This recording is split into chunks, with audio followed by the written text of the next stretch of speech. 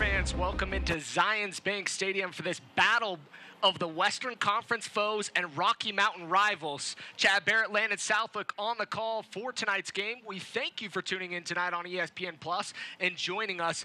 Both teams, Chad, in kind of the same situation, struggling. Yeah, struggling is a understatement for the Monarchs as of right now, especially when you go from first in the West to dropping like they have 4 out of the last 5 games. Their whole streak of this actually started in Colorado with a 1-0 defeat at 1-0 defeat, at Colorado Switchbacks last time, and they just haven't been able to find their feet since then. The Monarchs and the Colorado Switchbacks really haven't found their form all year. Again, they have good memories of the Monarchs playing against them, winning 1-0 after that, and then we'll kind of see what happens here. But I expect them to sit in, the Monarchs to come at them because they have to get a win and they have to post a shutout. Both teams still pushing for that 3 points. The Monarchs really in need of that 3 points, like Chad mentioned, struggled as of late, and to add on top of it, coaching changes. The more they keep coming, with Danny Cruz heading off to take a position to one of his old coaches, and that's some news there on that side. But we're going to take a short break, check out how the Monarchs clinched the 2018 playoff spots here in a second. It's a little different than it was last year because, or it's kind of the same thing in the sense that they started off really hot, and towards the end of the season, they started to trail off a little bit. But that's because they were sitting people. Now they're not sitting people so much. They've taken a few little injuries. Justin Portillo broke his arm in the last game. Zolna, he's going to be nursing that for a little while. And Danny Cruz, another coaching vacancy, the 3rd one of this year. It's been tough for them. And let's check out how the Monarchs clinched the 2018 playoff spot. The Monarchs take the victory and the 3 points here at Zions Bank Stadium. Real Monarchs with their 5th road win of the year. The Monarchs collect all 3 points tonight. They've really been a team to reckon with here at home. Chang inside the Sebastian Velasquez shot and a goal! Adam shot! Goal!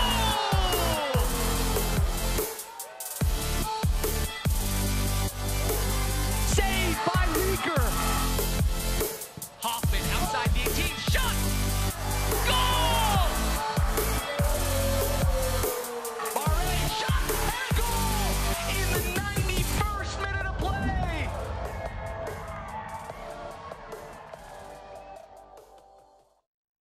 Hey everybody, Taryn Meyer here with RealMonarchs.com. The Monarchs are back here at Zions Bank Stadium with a playoff spot in tow to face Colorado Springs Switchbacks FC. Here's what you need to know ahead of kickoff.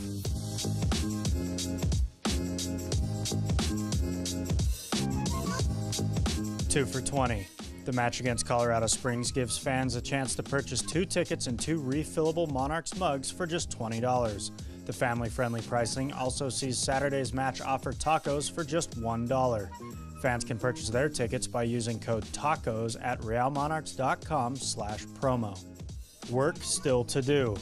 With 3 matches left in the 2018 regular season, the Monarchs secured its place in the playoffs for the 2nd consecutive season. Despite booking its place in the playoffs, the Monarchs are still focused on securing at least 1 home playoff match for the 2018 USL Cup playoffs. Head out to Zions Bank Stadium to see the Monarchs take on Switchbacks FC on Saturday at 7 p.m. and don't forget a taco before heading to your seat. That gives you a good look at how the Monarchs clinched their 2018 playoff spot, but there's still work to be done. Let's check out the starting lineups for both squads tonight, starting away with the visitors and Colorado Switchbacks. Starting away, we have Moise Poyati in goal. Ibuise and Jack are going to be the center backs with Suggs and Bird on the outside. Then you have Vercoloni, Hamilton, and Schweitzer in the midfield. And right in front of them, Shane Malcolm, who's got the most points on the team, 5 goals, 5 assists, AJ Ajakwa, and Syed Robinson filling up the right side. Now let's check out the starters for the Monarchs. A slight change to the Monarchs lineup with the injury of the man that's played in the midfield all season long, Portillo. Iron Man Justin Portillo is out, but Sebastian Velasquez is in. And Jack Blake and Charlie Adams are going to be filling in that Justin Portillo role, sharing the 6 and the 8. Andrew Brody, Kalen Wright, and James Moberg and Adam Hanley going across the back with Jacob Bleeker sewing up things. Master Kasher, Michael Chang on the wings with Chandler Hoffman, the ever-dangerous goal scorer, up top. And that's the starting lineup for both sides as both teams get out on the pitch and ready to get underway here at Zions Bank Stadium. Monarchs in their claret and cobalt kits. claret tops, cobalt shorts. Colorado in their all whites tonight, led by the man downstairs, Steve Tritschu. On the opposite side, Jamison Alave leading the Monarch side, seeing if they can finally get back on the winning column. 17-11-3 on the season. Colorado 10-15-6 on the season, but 2-11-1 away from home. So a team that hasn't fared well really on the road. Yeah, it hasn't fared well on the road, and then you're playing against a team that only suffered one loss in the last 2 seasons at home. That loss is fresh in their mind. The last time that they played here was that loss. And then St. Louis, the Tide, they just have not been getting the home results that they need, not coming out on that front foot like they normally do, especially here at home. They've been waning in second halves. Really need to try and stay alert for the entire time. Playing against a Colorado team who's not as good as possession as they are, especially playing away. Look for them to play more direct and try and get balls in behind the defense. Beautiful setting here at Zions Bank Stadium. We mention it all the time. Oquirrh Mountains to the west, Wasatch Front to the east. Sun setting here. Beautiful temperature here on a Saturday evening, just hovering in the high 70s. And the people that aren't here in the booth with us, we can't tell you how happy we are to not be in the sun anymore. It was hot this summer.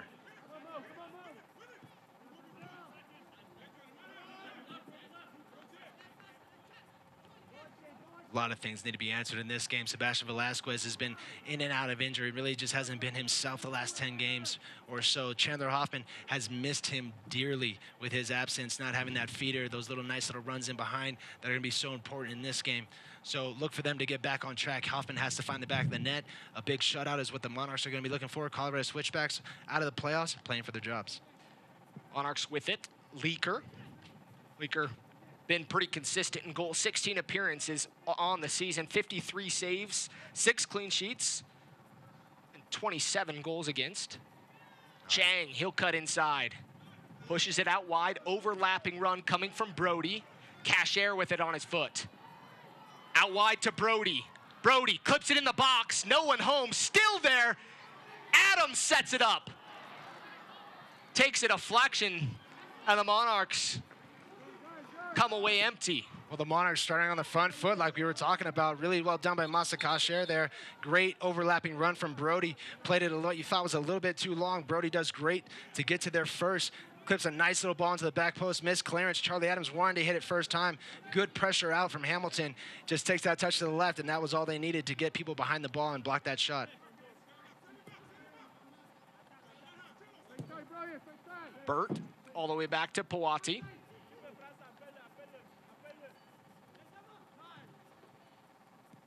As we said before, shutout is what is important for the Monarchs here. The win and the shutout, obviously, but they have to start practicing not getting scored on, especially conceding 5 and 6 goals on their California trip just recently.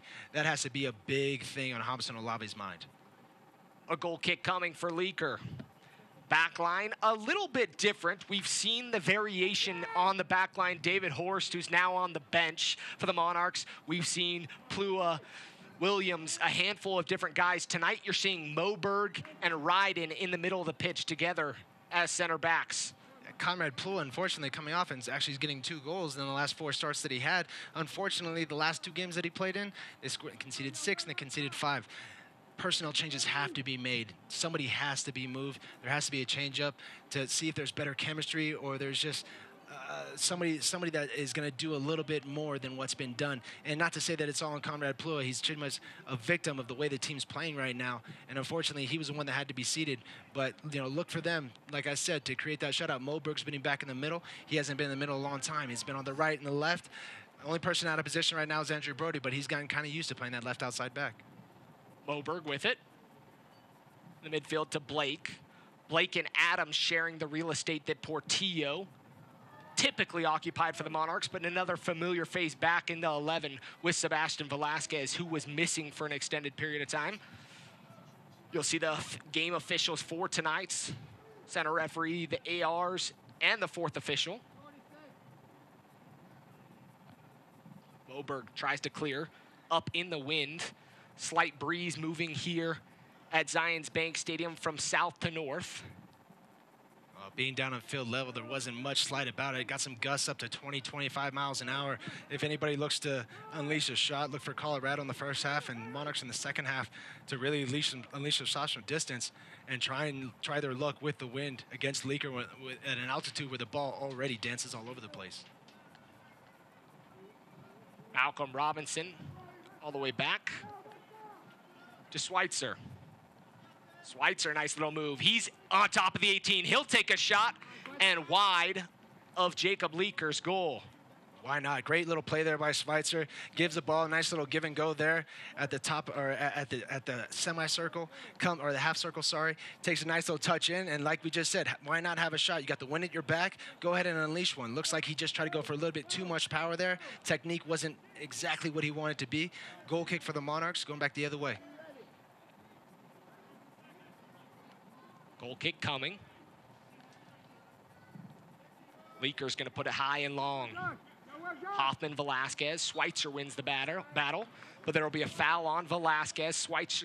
Schweitzer goes down. And those three in the midfield, Vercoloni, Hamilton, and Schweitzer, are really kind of pinched in, leaving it out. The game that they're going to play on Wednesday against OKC Energy provide pretty much the exact same lineup that they're going to become with. So they're going to see the same lineup twice. So this is kind of a practice game. If they can get a win, that's that much better. But Colorado, like we said before, what kind of mentality they're going to come with? It seems like a pretty good one so far. When you're out of the playoffs, sometimes it can be hard to know what to play for. But at the end of the season, when you haven't made playoffs, there's always going to be changes. So all these players are worried about their jobs, even the coaching staff. Ball errantly hit. It'll be a throw in for Colorado Springs. 6th minute of play, still scoreless here at Zions Bank Stadium. Like we mentioned, Colorado Springs has struggled on the road, 2-11-1 on the road. Monarchs on the opposite side, 12-1-2 at home. Pretty solid record here at Zions Bank Stadium. Out wide. Chang, he'll send it in, takes a deflection.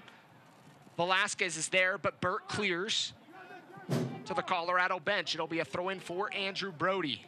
Monarchs gonna go quickly. That was a nice quick turnover, counterattack by Real Monarchs. Mastakasher looked like he might have had Charlie Adams through the middle, but pulls it out wide, plays out a change, just to cross in. Just needs to find somebody on that cross and a little bit better of a service. Adam Henley, a name we really haven't mentioned here early on, but a guy that's come down from Real Salt Lake, trying to get minutes and an opportunity to show himself. Cashier is going to step in front of that one. Chang just outside the area. Chang with the shot. Put all of it on it, just not on frame. The same thing that Schweitzer did on the other end here. He gets his chance. Masa Kasher, as soon as he plays this ball, I'd really like to see him try and get forward as he passes this ball. He lays it right in front. Chang has the chance to maybe dribble his defender, decides to have his luck, go ahead and shoot. The defender was backing off him a little bit, sails it well over, almost hits the Zion Bank Stadium sign.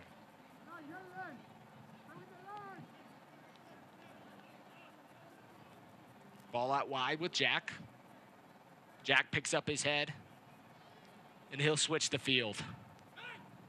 Vercoloni in the center of the park for Colorado. This has always been a great rivalry between these two sides. Not quite the rivalry that many would wish, I think, because they're close, but two teams that have always battled back and forth, as Moberg's going to send that one away. Good cross in from Colorado. They're on the front foot here momentarily. They carried down that this is almost the USL version of the Rocky Mountain Cup right here. So, you know, it's a territorial pride game that we're going to be watching and witnessing here. Nice leave there. Malcolm just outside the area. Ball's bouncing around. Vercoloni goes down. Looked light to me. No argument, so it must have been. Burt in a tough position. Looks like he could have been called for the foul. Tug of the jersey, nothing called, and a giveaway from the Monarchs. With only two back there and Chandler making a forward run, go ahead, Mastakasher, let him go through. See what kind of pace these center backs have. You never know. Chandler, if he gets on, he's playing a good enough ball, he could definitely stay in behind them. Ball in, headed, wide. As Ajekwa got his head on that one, just wasn't able to direct it on frame. Kind of a glance off his Ed? Really nice ball here from Burt, who is funny enough their leading goal scorer, but he cuts back here on his left foot and puts in a nice just head level cross, and it's just a little bit behind him. If he was running onto that, it would have been real nice for him, just sitting pretty, but just a little bit behind him, goes out for a goal kick, nothing to worry about. Need to be watching that right-sided attacks from the Colorado Switchbacks. Schweitzer battling in the midfield. Won by Hoffman. Velasquez will try his magic. Wide to the near side. Cashier, a former Colorado Switchbacks FC player, scored a miraculous goal against the Monarchs. Many fans might remember. Sure he does. One of those that you'll never forget. You know, and often the conversation when two teams get together here at Zions Bank Stadium is the altitude. That's not a conversation you have between these two sides. Both play at altitude and have the advantage typically on other teams in situations like that. Yeah, I wouldn't worry about tired legs being a problem tonight. Like you said, two very fit teams. Monarchs are a little bit different because they possess the ball so much of the game most of the time, but they really have shown, 40 elevation, 4750, and Colorado might be the only. Is Colorado Springs higher than us? I think it's one of the only ones in the USL. Okay. I actually think it is the only one in the USL. Yeah, so they know how the ball travels. They know how it flies. So, you know, it's a very evenly matched games in terms of conditions that they play in on a regular basis. These two sides met up in Colorado on August 29th. Colorado Switchbacks got a late goal by Saheed Robinson in the 87th minute to win it and take all 3 points. They were really the aggressor in that game and probably should have had a couple, but were able to score late in that one to seal the victory. Yeah, like you said, I think that the Monarchs were lucky to be in it that far, and at that point, the way they were playing, we're probably just more looking to come away with something, to come away with a point, even though that's not their MO normally. But, you know, Colorado did a really good job, just sewed it up defensively. It didn't allow them really any sniffs at goal, let alone any goals, obviously. And like you said, great finish from side Robinson late in the game to clinch all 3 points and a rare win for them. And a good victory. Ball in the midfield. Velasquez pressured hard. Whites are all over him. Foul will be called. It's not agreed, but a foul will be given to the Monarchs. It's like trying to catch that one fly that made it into your kitchen. You can't keep cooking until you kill this fly. Sebastian Velasquez is that fly. He is always around that ball. That ball never seems to leave his face, but it's just or his feet. But it just seems like he's one of those players that you just really can't get the ball off. And then on the flip side of that, the Real Monarchs have 100% trust that if you give that ball to him, that he's going to keep it or do something special with it. Big switch there for the Monarchs. Good ball from Ryden. Overlapping Henley. Ball in the midfield. And an awkward touch there from the Monarchs. And a giveaway. Vercoloni, nice getaway from Jack Blake. He's got real estate in front of him, out wide to Robinson. Robinson defended by Moberg. He's outside the 18, clips it in, looking back post, and caught Leaker in an awkward situation. Didn't miss by too much there. I think Leaker's footing slipped a little bit on this one, and he actually doesn't go as wide as you think it does. When his keeper goes down like that, that means he normally thinks it's probably going to go in. He didn't have a really good look at that, and like I said, he slips a little bit, so that just kind of goes narrowly past his post. Definitely a good shot there, or put on goal there by Ajakwa. Two good shots. Colorado are finding their shots early in this game, more so than the Real Monarchs are. And one of the things the Monarchs have struggled with is teams coming in and applying high pressure. And you've seen that so far from Colorado Springs. And the Switchbacks have really kind of obviously watched video on that and seen something that they can exploit, and they're doing well so far. Well, they had this aura about them that they couldn't be beat. It doesn't even matter if you score them first; they're going to come back and they're going to win anyway. And that whole aura has been completely shattered with their last five games that they've played. 4 losses, 1 tie, and not really playing any good soccer. Conceded 11 goals in 2 games. It's been a tough stretch, but and in that stretch, a -10 differential. Exactly. Robinson, the flag is up, and it'll be an offside call on Saheed Robinson. So the Monarchs 0-4-1 in the last 5. Colorado Springs coming in with a 1-3-1 in the last 5 and a -6 goal differential. So both sides trying to lock down defensively, but also find the back of the net. Well, just winning, finding that winning feeling again. That's what you want. It's more important for the Monarchs going into playoffs right now, but it's also just as important for the Colorado Switchbacks to try and find an identity. Can you find a way of playing soccer that is going to help you into the next year? And that's what the coaches are looking for, and that's what they're looking for out of the players. Who is willing to put in that effort, even though it's all for naught at this point? High kick looking for Chang. It'll be won by Colorado. Moberg surely is going to get called for the foul there. You could see the two hands in the back. He's going to complain about it, but a clear view from up in the booth. Yeah, well done there by Ajekwa to feel that pressure coming, and then as soon as he puts his hands on his back, Ajekwa just kind of sells it a little bit too, but definitely can't put those hands on the back, can't extend them in front of you. That was very smart by Ajekwa. Out wide to Jack. Jack's going to look up over top. Nice ball. Colorado trying to get under it. Clip back inside the 18. Moberg's able to clear. Vercoloni was making an on-running run there. A run in the box. And that's a little slow. That's where you normally have Portillo. Always tracking those runners. So now between Adams and Blake, sometimes they might get confused as to that point right there, or to that point in the game right there, where nobody trailed him. Somebody has to trail him. If that ball gets cut back, that's a tuck-in from 12 yards out. Schweitzer. He's dispossessed. Monarch's going to try to go forward. Hoffman goes down. Velasquez still on his feet. Velasquez gets it wide out to Cashier. He's still moving forward. Get a nice shove from Hamilton there. It's the secondary stuff sometimes that you don't see. But you've got to throw players like Velasquez slightly off his game. See if you can get him to adjust his style.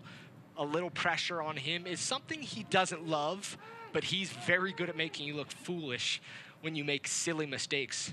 Exactly, but like you said, I'd be getting into Sebastian Velasquez every single chance I got as an opposing midfielder, not because I want to hit him or I want to be cheap, but he has shown a proneness to being agitated very quickly and has had to sit out games as such. So can I get him so riled up that he makes this stupid decision and allows us to go up one man? And that's, as a coach, that's something that I'm saying to my midfielders. Go ahead and get into him. Every time he passes the ball, just give him a little shove.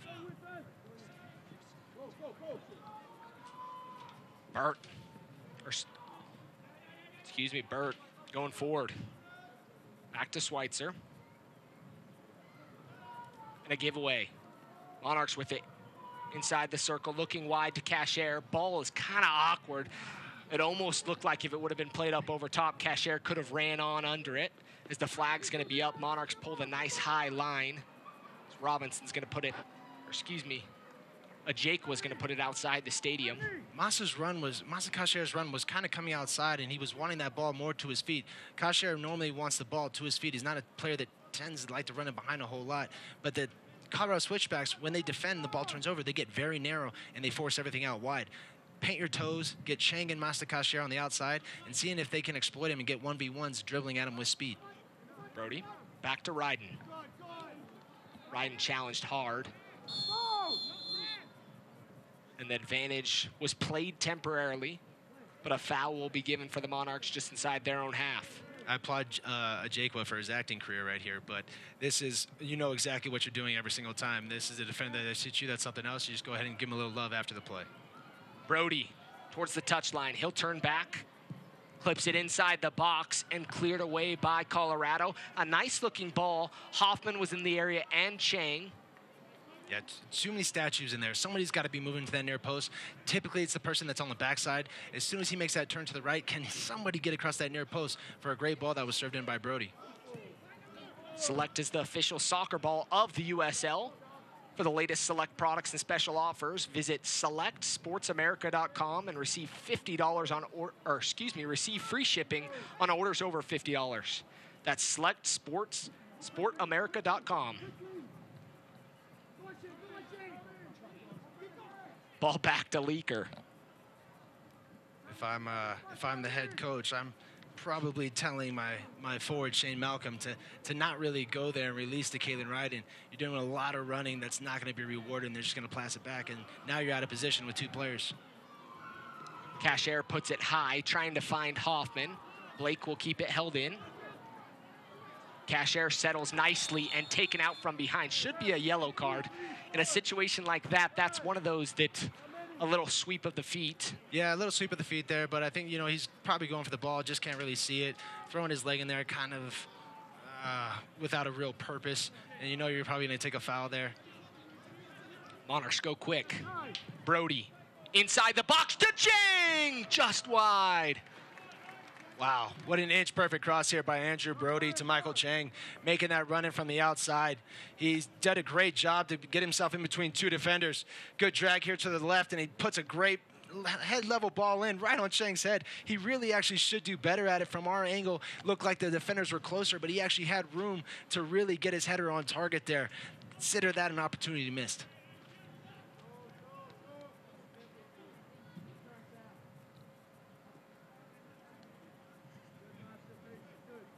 Switchbacks FC back line with the ball. It'll be swung. They'll switch the field. Schweitzer's calling for it. Hamilton. Ball up, looking out wide. It'll be cut off by the Monarchs defense. Adams gets there first. And Monarchs will try to counter. Velasquez tried to get a little too fancy there.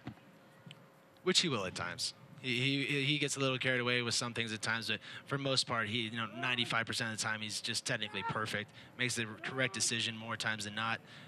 The only thing you could say about him is sometimes maybe he dribbles too much, but yeah, I don't think anybody on this team or anybody in this crowd would ever say that. Everybody loves the ball at his feet.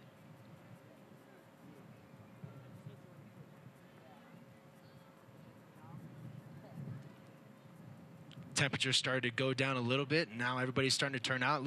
Nice little turnout here for the Real Monarchs game against the Switchbacks. People can bear the heat now a little bit.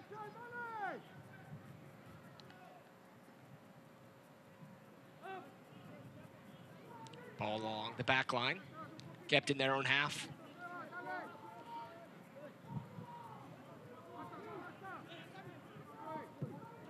Switchbacks FC. Moving forward, Burt. He'll pick up his head, tries to play a ball in. Just not enough on it. Floats up, Hoffman wins the header, trying to redirect it to Velasquez. I think he saw a 6'4" Ibuisi coming straight at him and decided to get out of that one a little bit earlier. Probably smart on his decision, but wasn't able to complete that pass to Velasquez. Robinson was making a nice run. Excuse me, a Jaquwa. Gotta look at the color of the boots. Robinson. The all orange ball wide, not lifted high enough from Velasquez, trying to find Cashier. He'll win it back. And he'll cut inside. Go right at the heart of the defense. A little too much dribbling. Poked away by the Switchbacks FC. Henley, nice read there to cut that one off, going out wide to Robinson. Adams, he'll go forward.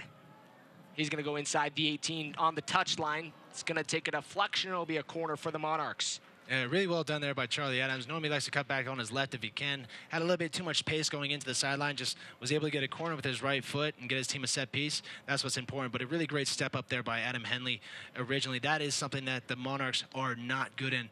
They are last in picking up balls, loose balls in the opponent's half. And it's not that direct pressure. I'd like to see a little bit more pressure from them and not let teams out so easily. Jack Blake's going to take the corner for the Monarchs. He'll swing it in with his right foot. Trying to make some adjustments. Moberg, Ryden, and Cashier. Moberg's going to make an ear post run. It'll be driven on the PK spot. Looked like a design play. It'll be headed away. Velasquez, defended by Malcolm, just on the corner of the 18.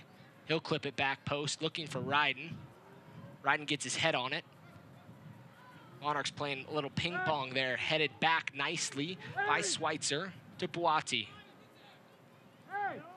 Coach wanted Boati to give the ball out here to Shane Malcolm in tons of space. If he got the ball at his feet, he would be on the run for at least 30 yards before Brody probably could have stepped to him. Little miscue there from Jack Blake and Adam Henley. Be a throw-in for the Switchbacks FC. Switchbacks FC kind of coming with a little bit of Real Monarchs play, a little bit of possession play, the build-up, the patience. It's impressive. They aren't going forward as hard as I thought that they would. Counterattack options haven't really been there, but at the same time, they're very capable of keeping it and passing it and making the Real Monarchs tired and move constantly. Pretty even on possession so far. Ball wide. Fantastic ball. Brought down by Suggs. Looking forward and kept in by Robinson. Looked like the flag stayed down here on the near side. The USL's official Twitter feed keeps you up to date with news, live game updates, and highlights from around the league 24/7. Follow @USL on Twitter. That's @USL on Twitter. If you haven't seen all the fun news from the USL in the past week, we'll talk a little bit about that at halftime, bringing on Director of PR for the Monarchs, Taryn Meyer. Taryn will be here to give us the lowdown on everything USL and everything that's changing. Seems to be in a positive direction. Can't wait to hear what he has to say about the subject. Henley, a little optimistic there. Puts it high and wide. As we're in the 25th minute of play, still scoreless here at Zions Bank Stadium. And we'd like to thank all those of you tuning in tonight. Well, there's a lot of football, in quotes, going on all around the country, but some beautiful football being played here at Zions Bank Stadium between these two Western Conference rivals so far. Both teams with some opportunities, the better of the opportunities so far with the Switchbacks FC. But the Monarchs seem to have a larger share of possession. Yeah, I think the best chance absolutely fell to Chang off of Andrew Brody's cross, but I forgot about that. Yeah, I think that was the best chance that's been carved out, but I'd say Switchbacks FC probably has had the better or the bigger number of chances, let's say. Hamilton out wide. Ball looking up over top. Beautiful ball. Leaker off his line. Suggs moving forward. But the flag is up here on the near side. Daniel Spicer Escalante has his flag up to indicate offsides. Reset for the Monarchs. Moberg will leave it for Leaker. Good crowd on hand here. The Saturday night matchup. Doesn't really seem to be a whole lot of play, I guess entry ball play from the Switchbacks FC right now. They pass it around the back a lot, and then they'd like to go long. They like to find those diagonal runs, it seems, from their outside wings. Chang into Hoffman, takes a deflection. Cashier with it at his feet, takes a hit. He'll play it out wide, just outside the area. Andrew Brody, back to Cashier. Cashier's gonna bend it back, post! And Powati does well to push that one up over the bar. I feel like that was a little bit of deja vu. Masa Kasher, that's his spot. That's where he loves to take shots from. Brody's been getting up this sideline, up this left sideline all night. He puts it out there. There's traffic in front of him. He tries to float one to the back post, takes a slight deflection. Paiute does a great job of turning it over, especially after the deflection. It's hard to keep your feet on the ground to push yourself back up to make that save once it's taken its deflection. Adams will take the corner kick for the Monarchs. He'll swing it with his left foot. Looking back post, Powati's there. He goes to ground, but still collects. And we have to go back to that save. Looked like it might have gone over, but he was not willing to risk that and did a good job to push it up over the bar. Oh, I think that if he lets it, it's definitely going to hit the bar, if anything. And then the way it was deflecting, it had that forward spin on it. So it definitely might have ducked in. You have to be safe, like you say, and make sure that that ball goes out of bounds. So he did his job, got the corner kick, then collected it. As a keeper, that's all you can ask. As a defense, someone needs to be applying a little more pressure. Was not quite the pressure there, as you're seeing a Jaquwa bouncing, maybe not on screen, but we're seeing a Jaquwa bouncing up and down, trying to call for the ball. He'll get it at midfield, tries to get around Brody. Ryden's there to cut it off. Jaco really trying to show off his pace here and doing a good job of it. Great forward movement there. And that's what you want as a forward or as a coach. You want people to shout for the ball. In this day and age, not enough people call for the ball or talk to each other during games. To talk about the touch there from Chang to bring it down, gets it back. Velasquez out wide to Henley. Henley, he'll go at Robinson, clips it in, still on top of the 18. Vercoloni. Switchbacks FC are able to get rid of pressure, and a foul called. Jake was down on the ground. Ryden and him collided. Looked like heads. Yeah, it looked like Jakewell was really trying to get him with Ryden, which isn't the smartest thing. Ryden's a very tough, very aggressive defender, and he's got a head start on it. Jake was coming from the side. It looked like he might have caught something in his tempo a little bit as he's coming through, and he tries to collect it on his chest, and he does well to get his body in front of Ryden. And it wasn't really a foul that Ryden wanted to commit, but Jake did such a good job of getting his body and putting his body in front of or between him or his defender and the ball.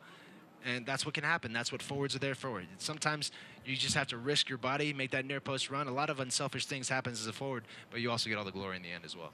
Chad, you can speak to that as a forward and we have to congratulate you on your retirement. Thank you. On a forward, 14 years professional soccer across everything and playing for almost every team, I feel like, in the world.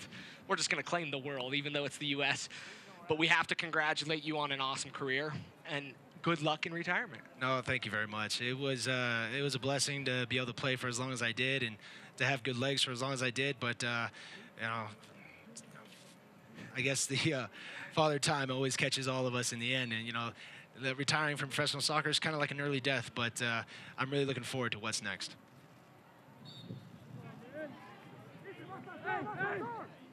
And hopefully being able to just keep around here and stay with these Monarchs. There's so many good players on here that you could see on so many MLS teams. You could see them playing for RSL next year. You see the Nick Beezers coming up. The Nick Beezers, the Connor Sparrows, the Andrew Putnas. The opportunities are there, and they've shown that they're willing to bring players up and play for RSL and play at Rio Tinto in the big stadium in front of 20,000 strong. And that's what every player wants, just to get into that arena and be able to put your skills to display. 31st minute of play. Free kick for the Monarchs. Handball called. Reset taken. Moberg, University of Washington product. Everything's been good from the Monarchs up until the final third. It just seems like they kind of start running out of ideas. They're crossing in a lot of balls. They're not typically a crossing team. That's why you're looking for Masta Kasher and Michael Chain to get maybe more on some diagonal balls or diagonal runs. Ball floated. Good job defensively there by Burt to keep it in front of him as Kasher was trying to go through the legs, get the good old nutmeg. Kasher is a trickster. He loves using his skill, loves showing it, loves just kind of freestyling when he can. The only thing about him is sometimes he takes too many touches. Sebastian Velasquez is like that, but he's through. Velasquez shot and wide. He had Puati frozen, but was not on frame. This is just what Sebastian Velasquez is so good at. As soon as he gets the ball, the first thing that he thinks every single time is, how can I turn my defender?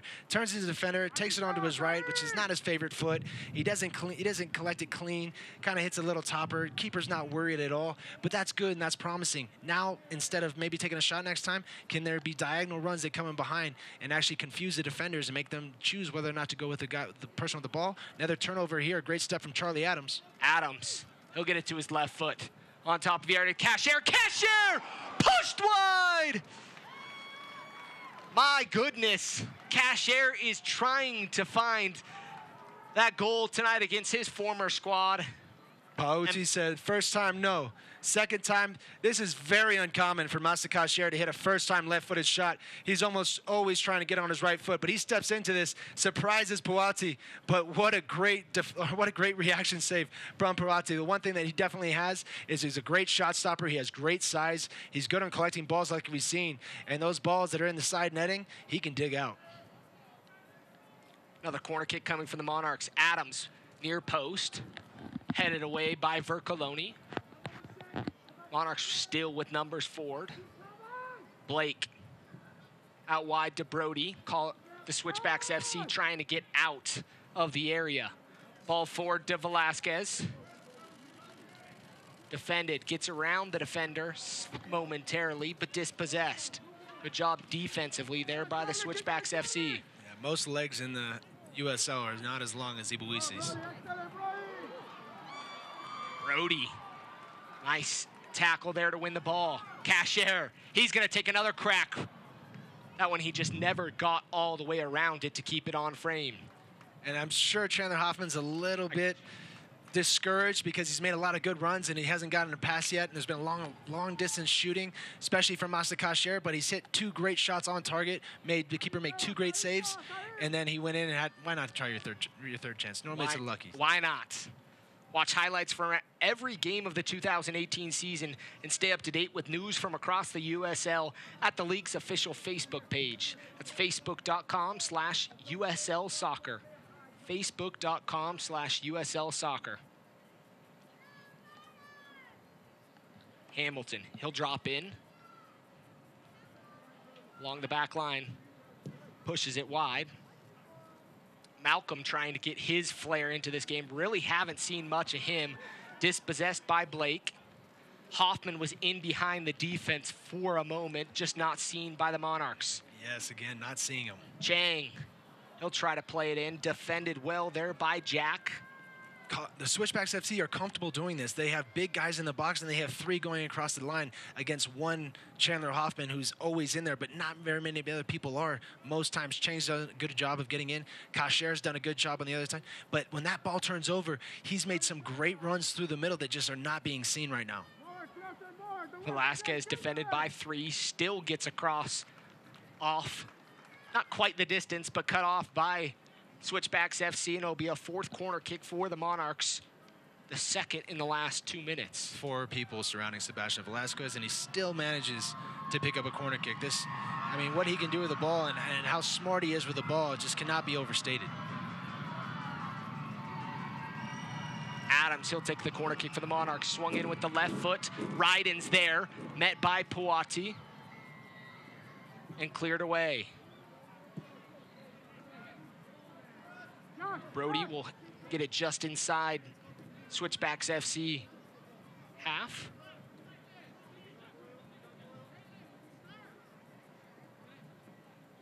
A throw in for the Monarchs. Chad, you're seeing it a little bit. We had seen a lot more pressure from the Switchbacks FC early. Now the Monarchs have kind of been on the front foot for the last 10 minutes or so. That's, like I said, that's kind of been the way this season. They haven't come out great, especially since the World Cup break. Monarchs have not come out firing for the first 15 minutes and scoring goals on teams and putting them immediately on the back foot like they used to do. Now they're getting scored on, or they're getting chances taken on them very early on, and then they're having to find the game 10, 15 minutes in. And like you said, they've done a good job finding the game thus far, but with 10 minutes left, they've been going at them. The Switchbacks FC have kind of just been... Ajakwa tries to go at it. A little confrontation there with Ajakwa and Moberg. Moberg standing there. Neither one wants to back down. And they shouldn't, but it's just one of those things where Moberg, I think, thinks that he gets tripped up on purpose. Ajakwa right here is just trying to find a way to get around him. Just a little accident, steps on his heel. Obviously, Moberg doesn't feel that. He feels someone rake his calf, and that hurts a lot. So you see him get up in his face. I don't know. I think only on a soccer field does a man that small go up against a man that big. But I'm just glad they kept their cool. What you don't like to see is in situations like that, the head coming down, trying to headbutt, or it becomes a complete shoving match. Yes, they were separated, and cooler heads hopefully prevail here in the 38th minute of play. And if you're going to act like fans don't love that, that's the one thing that I can say that they actually liked about me was the fire that I brought. You want to see that fire every time you go to the game. That's why people like going to hockey games. They don't go to watch people skate around the entire time. They watch them to get in fights and to see who's going to bleed. That's just kind of the way it is here. You like to see that little bit of, go get them, just type attitude from all these players. And it's great to see Moberg and Ajakwa just kind of, intensifying the rivalry a little bit. And you'd expect it from guys. And, to speak to that, guys are going to go at it. You've got professional athletes fighting for their job, trying to see what they can do to make things happen.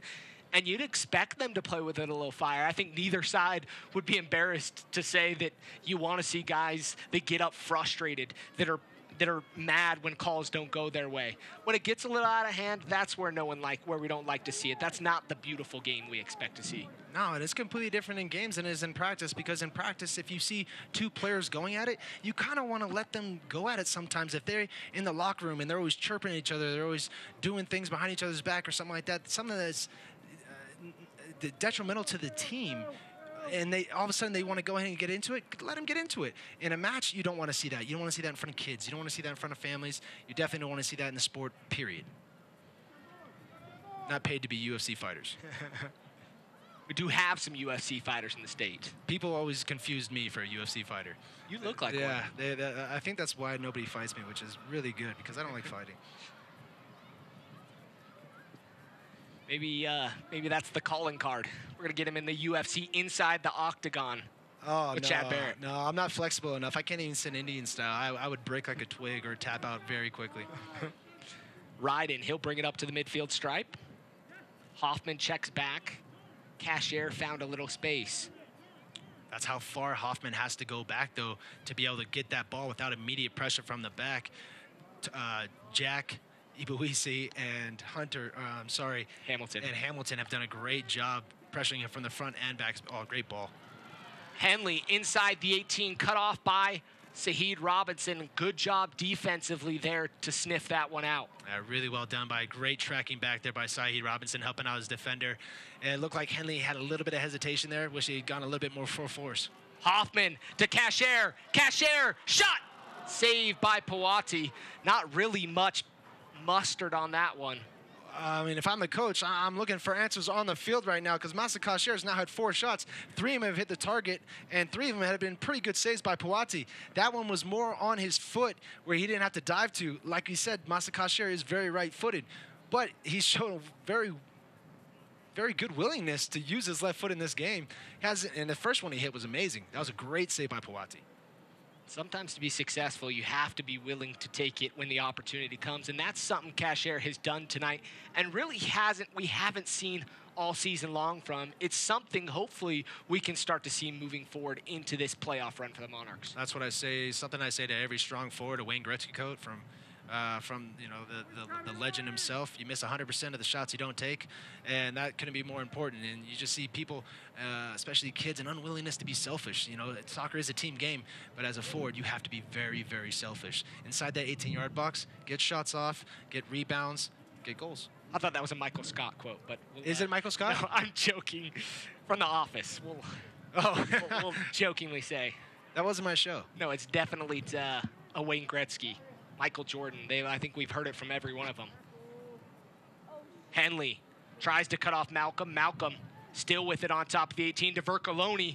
Tries to turn out wide to Ajekwa, who was standing there with his lips wet, waiting for that one. Yeah, his lips might have been wet, but Shane Malcolm's were the ones that need to be feeding, to be fair, because as he's coming in right there, he plays a nice ball into Vercoloni. Vercoloni, just play the way you face. You always tell players, especially in fundamental soccer, play the way you face. Don't try and complicate it more than you do. He takes a nice first left touch. Shane Malcolm continues a good run. If he slips him in, it's a one-touch finish. Vercoloni with a nice ball out wide to Burt. He'll cut in, but pull it back. And these are the important moments for Switchbacks FC. The end of the game, the end of the half, the start of the half. These are times where the Monarchs can't get into a groove, and this is the time where they can counterattack and use their speed and behind, or get set pieces and use their size. Robinson goes down, foul on the Monarchs, quickly going for it. Henley was there to read that one. Chang gets around the defender, Hamilton, but he's there to recover. Switchbacks with it still. Henley goes to ground, puts the Monarchs in kind of an awkward situation. Malcolm, top of the 18, a whiff. Gets a second opportunity, and that was a big opportunity and a big miss. There's a saying that FC. I bet you he wants that shot back. I bet you he wants those 2 shots back. There's not very many times where you get 2 chances at the at the swipe here. He gets in a great position, and he just tries to swing at it too hard. This one, you really just kind of want to push, especially when it's not on your favorite foot. Then he turns around, is able to readjust himself. But right there, he's got to turn his laces down to it and try and hit it through traffic, hope for a good deflection. Anything on the inside of the foot without you running into it's not going to be enough power to get past Leaker unless it's really well placed. Ball holds up in the wind here at Zions Bank Stadium. Like we mentioned, wind blowing pretty nicely as a Jake will take it wide. Hamilton's inside the box. Malcolm up top. Robinson cuts back. He's inside the 18. Still with that at his feet. Trying to find space. Still there. Takes a shot. Pushed over. Wow. Wow. That was nice. They've been finding some joy up that left side. And Saeed Robinson just took full advantage of that. Just token to himself in the box. Just dribbles in and out like he's going through a small cone maze, takes a touch to his right, and just unleashes an absolute cannon towards Leaker, who does an unbelievably good job getting to his right, using his big body and his big frame to pick that one out of the top corner. Quickly taking corner kick. And what a big save right before half, away, too. yeah. And that's what you're talking about, those moments right before the half, start of the game, right before the half, right before the end of the game. Like we mentioned the last time these two sides met up, a 1-0 victory for Colorado Springs off Robinson in the 87th minute. Yeah, they had bad dreams about what he did to him last time, and he almost just made that a recurring nightmare. That was unbelievable skill put on display there by Saeed Robinson. Complete solo effort. You're wondering where he's going, dribbling around like Sebastian Velasquez does most times, and unleashes an unbelievable shot. A little bit off balance, too, and just really showing, like, hey, we're not going to just sit back against you guys. They have great individual players. Velasquez. Nice little cut there. Still with it at his feet. He'll put it wide to Cashier. 1 minute of stoppage have been announced. Ball inside the 18. And pushed away. What space was open again that nobody makes a run into is that near post space. You got to make a run. Somebody has to do it. That has to be Chandler most times, but if he's pinned up or he's the one in front, who's ever in back has to come around. Cashier still with it at his feet. Tries to find Hoffman. Then to Velasquez, just outside the 18. Velasquez shot! My goodness, that one had eyes for goal and pushed away once again by Powati. Whatever this man ate for pregame, I'm going to eat for the rest of my life. Powati is on fire right now. He is absolutely everything that is being put into the side netting or in the top bin. He is absolutely just completely keeping out. This guy is the gargoyle on top of Notre Dame, just not letting any birds near it. This is unbelievable. Nobody can go near this goal. Blake pushes it back post and got a little too much on that one. He's not giving up rebounds. He's giving up corner kicks, making great saves, parrying it wide. Looks like he's just getting his fingertips to it, but I think these are solid hands. He's absolutely on fire right now and keeping the Switchbacks FC in this game. 45 minutes of soccer have been played here at Zions Bank Stadium, and we're still scoreless. Both sides are going to have to make some adjustments if they want to walk away with all 3 points. Neither team was able to capitalize on the opportunities, but great goalkeeping from both keepers to keep this one level. Yeah, I would say, to be fair, a lot of the chances for the Monarchs have come from the wide, and Switchbacks FC have done a really good job at making sure that, one, they're marking up, and two, really only Chang got that one look at goal, and then there's been no sniffs other than that. Masa Kasher has had his way on the left side, been given a lot of freedom. You'd look to them to probably close that down in the second half and not let him go so much. But then on the flip side of that, you have Chang on the other side who's just as dangerous. But then you have to be ready for that transition because Robinson, Malcolm, and Ajekwa are doing their thing up top tonight, and they're looking like their chemistry is set up for a goal.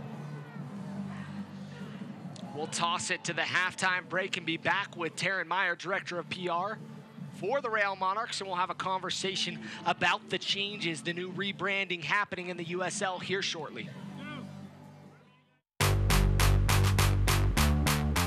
Rodrigo Inigo, Wiki gets up, he finds far post, Matt Bersano makes the save. Ledesma, shot with the left, great save again from Sean Lewis. Brings it down, Davis cuts it back in front, what a save, Crapo! Save of the week, nominee right there. LaGrassa, get out in front, save, Vega, follow-up is up and over, Allen Ross. The feet of Martinez, oh big save by Loro. That one was dipping.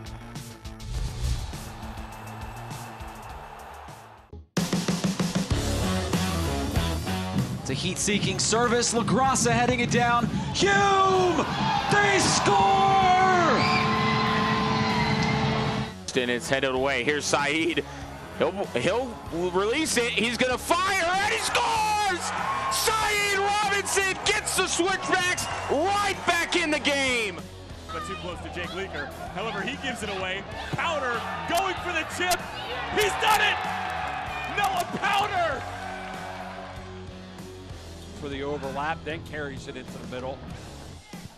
And that shot finds the back of the net. Outstanding. Taylor tries to clear. It's blocked by Barajas. Alessandro Castro with the shot and the goal. What a goal by Castro there.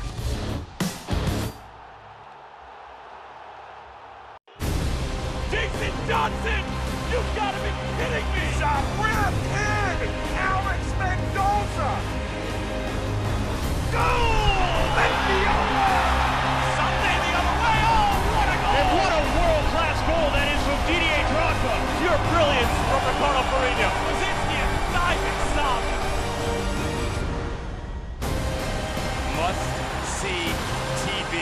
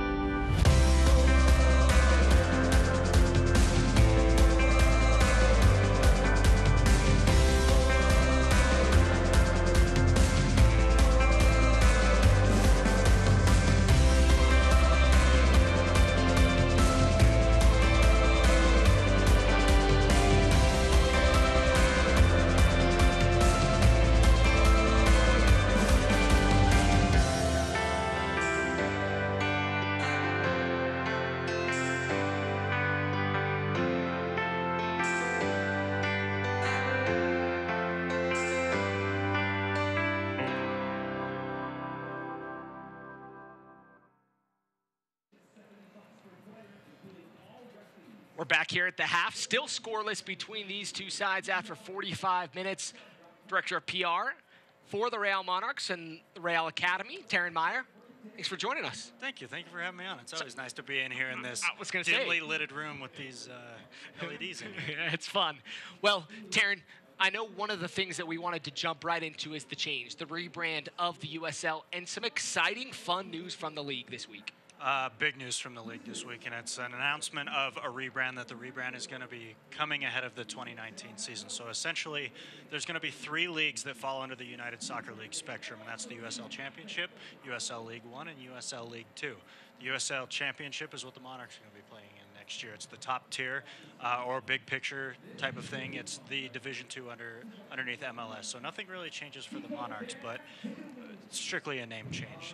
USL League 1, set to begin play in 2019, is essentially USL D3, and now formally the PDL, USL League 2. So adopting kind of the European structure as we try to move the American game for. And there was a lot of positive comments on Twitter that I saw speaking about that rebrand. Some great graphics, Absolutely. great logos, and kind of really redefining how U.S. soccer is structured. And that's been one of the challenges for people to understand, where does this fit in? How does this fit in? Who is this? Where do they meet? What's the path? And now we kind of have that defined path for these players that really starts with USL League One. Absolutely. Or League Two, excuse me. And I honestly think this is a brilliant move in adopting this European structure. And I think having your League Two up, I think it provides definitely a pathway from the formerly, like I said, the PDL has over 2 decades of experience in growing these players and being able to bump them up. You hear about players all the time that played in leagues like this. Sebastian Velasquez was one of them. Now he's spent time in the MLS. He spent time in the USL now, of course. But I think it's to help move the game forward, I think you absolutely need to do something like this, and all credit to the USL for doing so. Yeah, hats off to the wonderful team that made tons of the wonderful content that we saw on the day of the announcement. You know, a lot of that came off social media. A lot of people were wondering if they were going to hear an official, true, like, press conference type thing, but it was done through a video and a very nice put together video. If you want to go check it out on the league's USL Twitter handle. But we'll see some of these changes take effect, and it really, like you mentioned, won't affect the Monarchs in the grand scheme of things for 2019, but will affect a lot of the league. These opportunities for guys to really see that path to pro. Yep, and we always talk about, every time you guys have had me on, we talk about tangibilities. Here at RSL, we see the pyramid system. Now, in the American soccer sphere, we see the system, and everybody knows what it takes and where you can start, where you can end, and everything in between. Right? Of course, MLS is the pinnacle, but everything underneath the USL flag is nothing short of the best in class. And you know, a lot of people have that question, will that eventually introduce the relegation and promotion?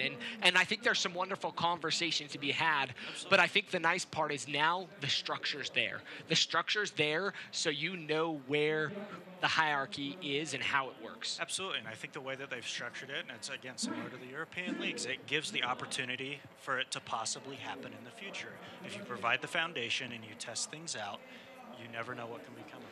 So one of the additional things before we let you go that I'd like to touch on is the playoff structure. A lot of people ask, what's going to happen? How's that work? What's going on? You know, what is it like in the world? I mean, a lot of world leagues, if you haven't watched a ton of USL soccer, have just the regular season title. You win that, you're the champion. Yeah. And we see that with, you know, La Liga and the PDL and different things like that. Or excuse me, the Premier League. PDL. I said PDL. I'm back in the USL conversation. League Two. I didn't mean to say that. I was referring to the Premier League. But talk to us a little bit about how this structure happens. The Monarchs have now clinched and will be in the 2018 playoffs.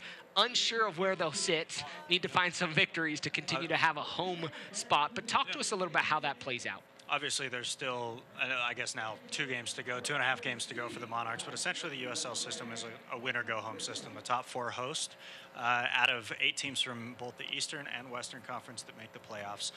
Like I said, top 4 host, and then it's the higher seed after that. So if the season were to finish today, the Monarchs would sit in 3rd place and would host a playoff game come the weekend of October 20th. And I think a lot of people have asked the question, why is it a one and done? Because take the Monarchs, for example, last year. They finished as far and away the best team in the USL. They get knocked out in the first round, and yeah, that's how soccer is, but I think a lot of people would like to see maybe the first 2 teams get a bye. Maybe a home-and-home series against number 1, number 8, 2, and 7, and so on and so forth. So I think with all these changes and all these adaptations happening, it would be, at least for some fans, players, maybe even some staff, to see a little bit of a different playoff system, but I think it's successful for how the league is structured at this point, and again, you never know what could happen going forward. So the Monarchs with 2 remaining games, 45 minutes plus 2 games, I guess, if you want to say that at this point. 2.5 games. One home game, and then 1 away game to end the season. And at this point, in the 3rd seed, barring any changes, so we'll be hosting a home game if all stands still as is. Correct. We know that's probably not the case, that things will stand still like this, but at this point, still, the Monarchs have an opportunity to host a home game. Absolutely, and we sure hope so, and our fans sure hope so. And the Monarchs, like we mentioned last year, were the USL regular season champions. This year, FC Cincinnati took that place. But we'll let Taryn get back to other responsibilities. Taryn, thanks for joining us here at the break. We're going to check out some highlights from the first half and all that was, some of the amazing saves by Pawati, and we'll check that out now.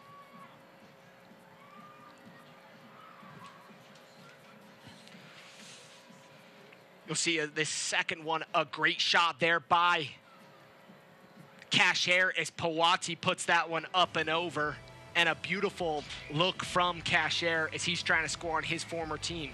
Yep, another Masa Cashier spot right here. Great left-footed chance. Pawati's coming across, does a great job to readjust his feet and spring back to his left where he was coming from. Good ball here from Charlie, and it's very surprising to see him hit that one. He actually would have been better off going near post, but what can you do? When the keeper's standing on his head like that, you just got to tip your hat sometimes. And again, Masa Cashier getting in. This one was a lot easier for Pawati. He takes a good touch, but that doesn't get all of it like he really wants to.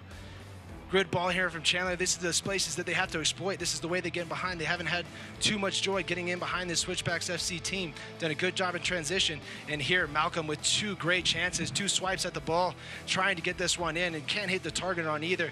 Definitely disappointed in himself. I don't know, maybe a change of hair color or something? No, I'm just kidding. His hair looks great. It's because I don't have hairs because I say these things. But here it is. And this was one of the best plays I've seen this year. Just dancing inside was Robinson. Saeed Robinson does a great job and then does an even better job to be able to get a shot off with four people around him. Look at him dance right here. Nice little pullback, touch across, have a shot. Jake Leaker going against the grain, comes back to his right, makes top drawer save. And I didn't notice that, but it looked like it hit the crossbar. And then here, Masa Cashier again. He's been trying his luck. Tries a little pass in there, gets it out to Hoffman. Chang finds it. He's trying his luck. Or, I'm sorry, that was Sebastian Velasquez. Another one great save from Pawati. Switchbacks FC got to be thanking their keeper at halftime, but they have to do something to help him out a little bit. Sebastian Velasquez, great trigger, great shot. Good opportunities there, like we've seen from both sides. Let's check out the halftime stats for both sides. Obviously still scoreless, but pretty high on the shots, 11-7 for the Monarchs. Shots on target, Monarchs with 4, and I think all 4 of those are Masa Cashier. Top 10 saves of the week. Yeah, right. And then possession pretty even. Numbers a little off, as you can see. As we'll correct that, 5 offsides for the Monarchs, 2 still no yellow cards or red cards, but pretty even on the stat sheet as well. There's a lot of things on that don't make sense sometimes when you see a score line and then you see the stats that go along with it. It doesn't really make sense. The only thing that doesn't make sense is that we don't have any more goals. But unless you were watching this game, you wouldn't know why it doesn't make sense. The only reason why it doesn't make sense is because the keepers are both standing on their heads, making great saves. These fans are getting everything they're paying for tonight and more. And I'll point this out. I have to say our stats didn't add up there. 47 and 50 equal 97 on possession. So I'll take the blame on that one. We do know how to count. The referee 3%. Okay, the ref had 3%. Pretty much even on possession for both sides. Referees, ball boys, they take up the time on the ball. Most people don't know this, but you'll probably only spend, as a player on the ball per game, on average, you spend anywhere from, as a forward defender, 60 to 90 seconds, and as a midfielder, anywhere from 2 to 4 minutes on the ball, tops per game. So it just goes to show how much movement off the ball you need to do in this game. Chance to get forward here. Blake, Hoffman onside! Oh. Huge opportunity. And a save there by Pawati. Oh my gosh, the one thing that they couldn't find the entire time was Hoffman through the middle. Now the ball turns over and it's 5 versus 4 going the other way, 5 versus 5. Blake, nice little slip ball through here, trying to play the offside trap, don't do it well. Pawati does a great job of getting out and making Chandler Hoffman rush his shot, and he puts it right into his foot. Another big save from the Switchbacks FC goalkeeper. Hoffman and the Switchbacks FC line acted like he was off, but the near side official kept his flag down. Hoffman made a nice run there, just could not find the back of the old onion bag. A possible game-changing moment, obviously, again, stumped by the #1 in goal, Pawati, who has just been absolutely electric today. Been the man of the match so far tonight for Colorado Springs Switchbacks FC. Moberg. No changes at half for either side. 3 subs remaining. Both of the remaining players in the 18 on the bench still for Steve Trishu and Jamison Alave. Right there, that last play, Chandler Hoffman getting the ball into his feet. Nice clip ball in there from Moberg. Chandler Hoffman, go ahead and somebody tell him that he has a little bit more time. He's getting that pressure from the back the entire time. Defenders stay off him this time. Can he take 2 touches there? Someone needs to be vocal and tell him that on the field. Throw-in coming for Colorado Springs. Switchbacks FC, gonna play it back. Velasquez applying a little pressure with Hoffman. Puati will get to it. Velasquez cuts off the pass there to Jack. Does a good job to force the keeper to change his mind. And that's really what you need sometimes, to apply a little higher pressure to change the comfort level. Yeah, that probably wasn't the best time that Sebastian Velasquez could have picked a goal. He was going by himself and nobody was following him. Puati had options out here to the left and the right, so you just got to really pick and choose your moments. You don't want to waste any energy on chasing down the goalkeeper yourself. Trust me, I've done it many, many times, or I did it many, many times. Past tense now, Chad. Past tense. Still getting used to it. I'm just teasing. Cuts forever be a player. Cut's still fresh. First cut is the deepest, right? I think that's a song, but I won't go there. Ball out wide for the Monarchs. Cashier puts it inside the box, floating high. And with the wind like this, Chad, you really can't put high balls in the air because it's going to hang up. It's got to be a driven ball. Standing on the field before the game, I realized that it's going about 20 to 30 mile an hour winds in one direction from our left to our right. So everything that, like I said, that's why I thought there was going to be a lot longer shots being taken, which makes Jacob Leaker's save on Saeed Robinson in the first half even that much more impressive, because there was a lot of wind behind it as well. So you have a little bit less time to make reactions, but also balls in behind aren't super they aren't going to be that good, especially if they hold a deep line. You can only really do that if they're kept high up. But those balls on the outside, they really aren't going to be troubling the keeper if they come in at that height, like you say. Ajekwa checks back. Jack, great ball there, but cut off by Chang. Chang quickly tries to reverse the field for the Monarchs. Cashier almost got out of that one. Alave was willing him on. But a good defense by the Switchbacks FC. In a game that's 110 by 70 yards, it always comes down to being a game of inches. Al Pacino said it best in Any Given Sunday. It's a game of inches, and you got to be able to fight for that inch. But it just looked like Master Cashier's leg was just an inch too short. If he takes that touch just past the defender's at a standstill, and he gets going forward, it's a good look and a good run. The pop culture references we have going on up here in the booth tonight. Movies and me just go hand in hand. My fiance would tell you she hates it. Chad Barrett, longtime Major League Soccer veteran, just announced his retirement this week. Up in the booth, I'm Landon Southwick. A foul for the Monarchs. Good distance from goal. This could be a shooting opportunity, a little deep, but with guys like Adams, Velasquez, and Blake, you've got some opportunity to put this on frame. We'll just go ahead and look at that flag out there in the northeast corner. It is blowing right towards his goal. Henley does a good job of getting himself in the way. Then it actually looks like he gets tripped up by the turf a little bit, but it definitely looked like a foul. He goes down, and a good opportunity here for either Charlie Adams or Sebastian Velasquez. It doesn't look like they're bringing the big guys forward, which I don't really agree with. You really only are saying that I'm definitely going to take a shot. I would like to see them bring at least some big guys forward. And there's that flag blown, like we mentioned. It is going. And if anybody can hit it and make sure it goes in that top bin or get past the goalkeeper from this distance, it's Charlie Adams, 4 men in the wall. Curled up over, beautiful off the post.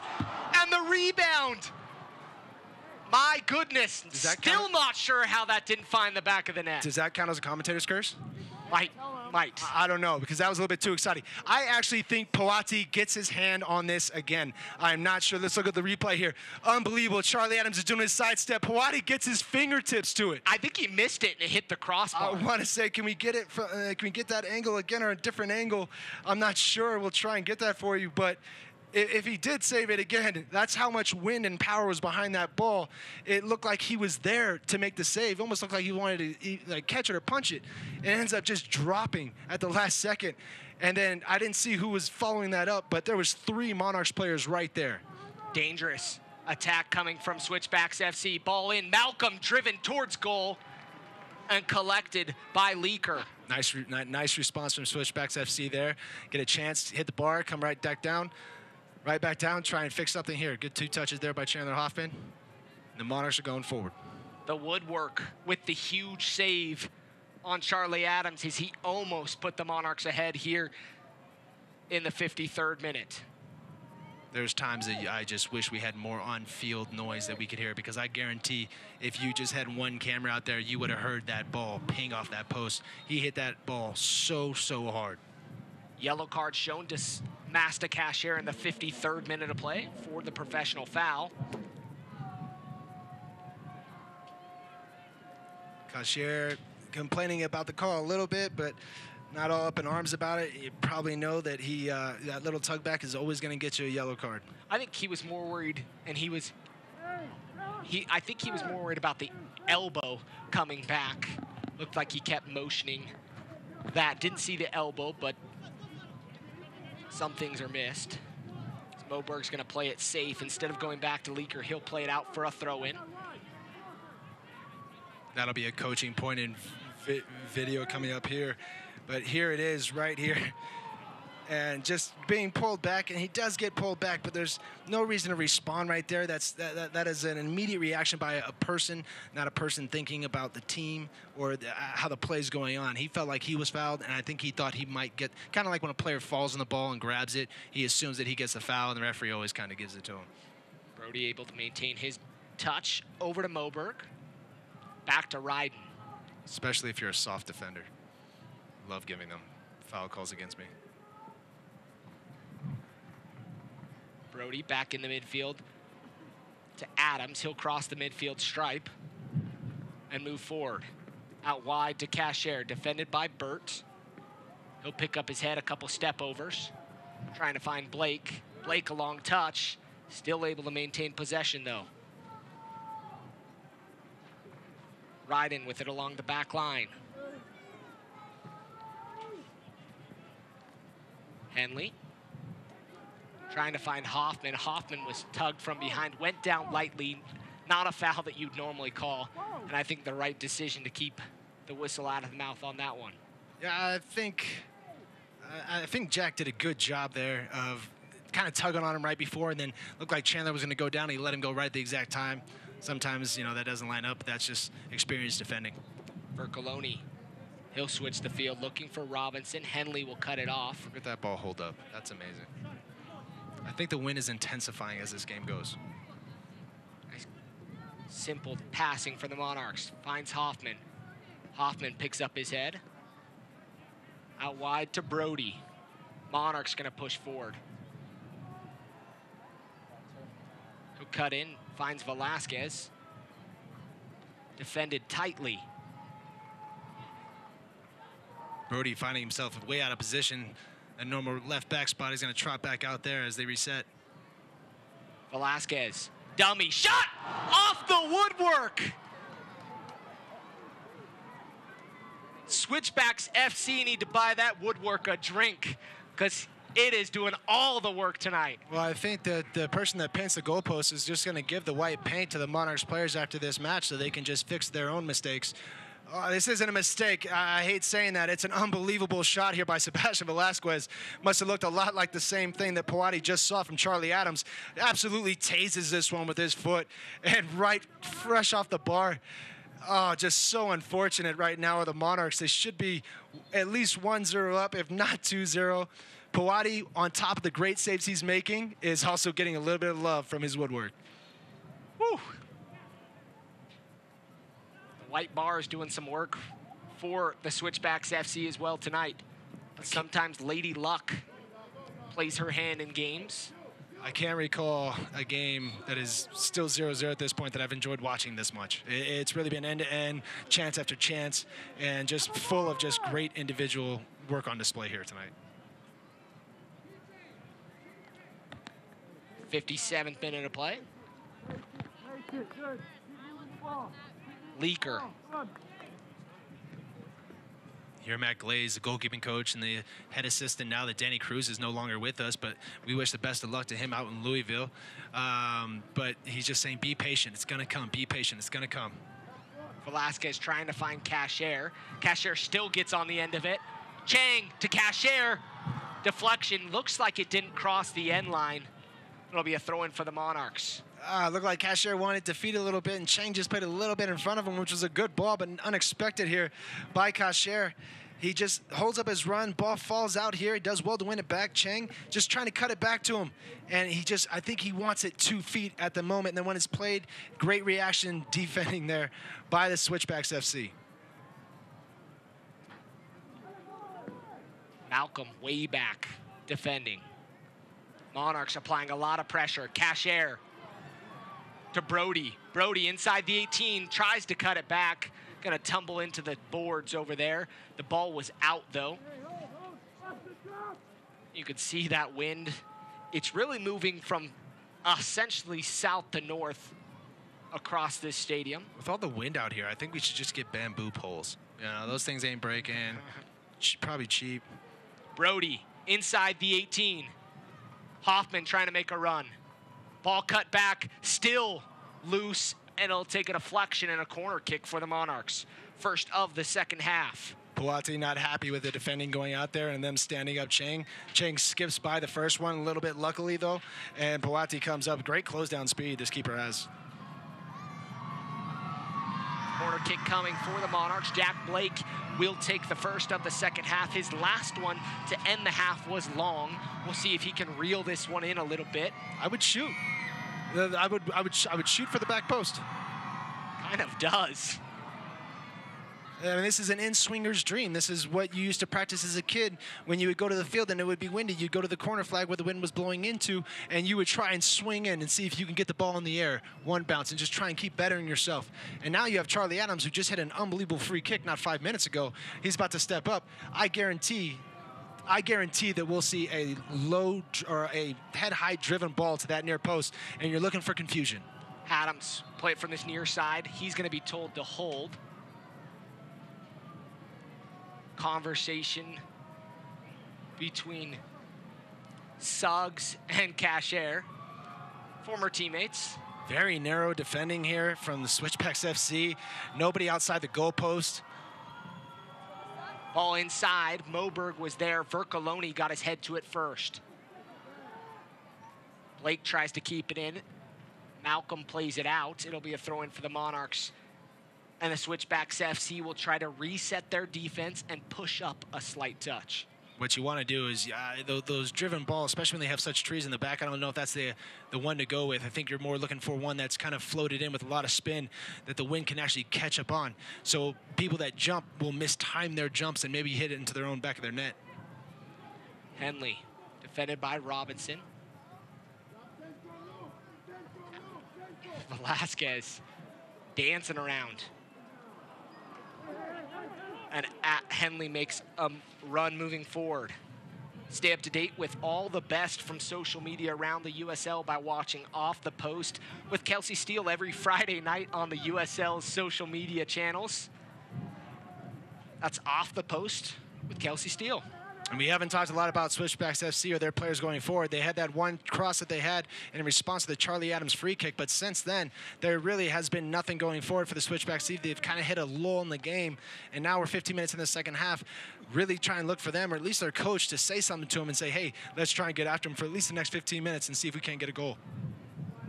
Ball was a little light from Hoffman to Velasquez. Switchbacks with it. They've kind of gone away from what was working for them in the first half, really getting up those wings as Saheed Robinson has a lot of green in front of him. Malcolm inside to Ajekwa, pings it off. Brody might have taken that one in the midsection. Lower midsection, I think. He's up, shaking it off, running it off. I don't know what the correct terminology is on that one.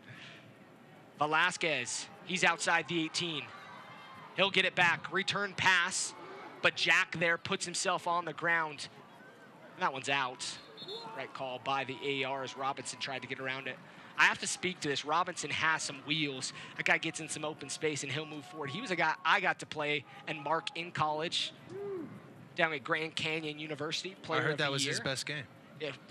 Hey, they were like in the teens, ranked in the country, 18th in the country, and we went to overtime with them, 2-2, and a ball went up over top, and me and him got in a foot race, and I beat him to it, but they ended up scoring the game winner.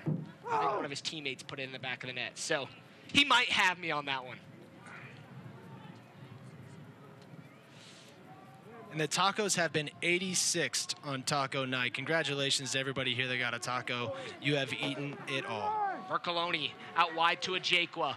Back post, Burt making a run. Ajekwa defended by Moberg, cuts him inside. Ajekwa, shot! Big goal there by Ajekwa, and it's 1-0 Switchbacks FC. I don't think Moberg's going to get up in his face after this one. That kind of answers that little spat that we saw in the first half. Ajekwa does an unbelievable job here to get himself singled one-on-one against Moberg. And then with his speed, the speed that he knows he has, there's not many players that can keep up with him in this league. Uses that to his advantage. Cuts to the right just for a quick second. He's lining him up. He's going to fake right here, and he's going to cut left right there. And that is the danger move. That's the Jeff Cunningham. And then he finds that nice little tuck. He waits. Leaker starts leaning just a little bit, and he puts it right to the right of him. Look at him. He's going to step to the right, act like he's going to shoot like Masakashi did in the first half, and then nobody's beating him to that ball. And then a great finish over the left side. A lot of players will put that ball on the ground, giving the keeper a chance to hit it with his left foot, and he puts it up over his foot into that side netting, right tucked in next to the post. And what a great goal, 1-0 Switchbacks against Run-A-Play. Put that ball to bed right alongside the post, who has been the nemesis for the Monarchs on the opposite side, the crossbar, but the post doing work there just to be snuck in alongside it, the ball. Ajekwa with a beautiful goal to put Switchbacks up 1-0 in the 64th minute of play. Still plenty of time left for the Monarchs, but a beautiful advantage there for the Switchbacks FC. Well, this is a big moment for the Monarchs. What kind of team is going to come out of that goal? What kind of team was going to show up after getting scored 11 goals on? They don't concede any goals in the first half. Pretty sound, get some good chances, even better chances in the second half, dominate the first 15 minutes like they didn't do in the first half. And then all of a sudden, it just takes one individual moment of brilliance from Ajekwa to skin his defender and tuck a nice little goal.